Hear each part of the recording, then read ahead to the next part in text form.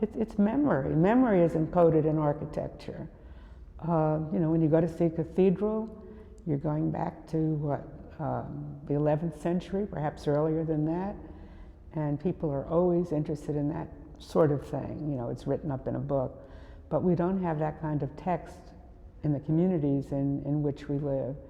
And many years ago, when I started walking for exercise in Pine Bluff, I was able to start at my house, which was in a fairly new neighborhood, and walk toward the center of town. And every few blocks, you might say, maybe it was more than that, it was several miles, the architectural styles would change until you got back to the center of town, where there were even some Victorian houses. So you had a sense of the history of the community as expressed in the built environment. And that really struck me.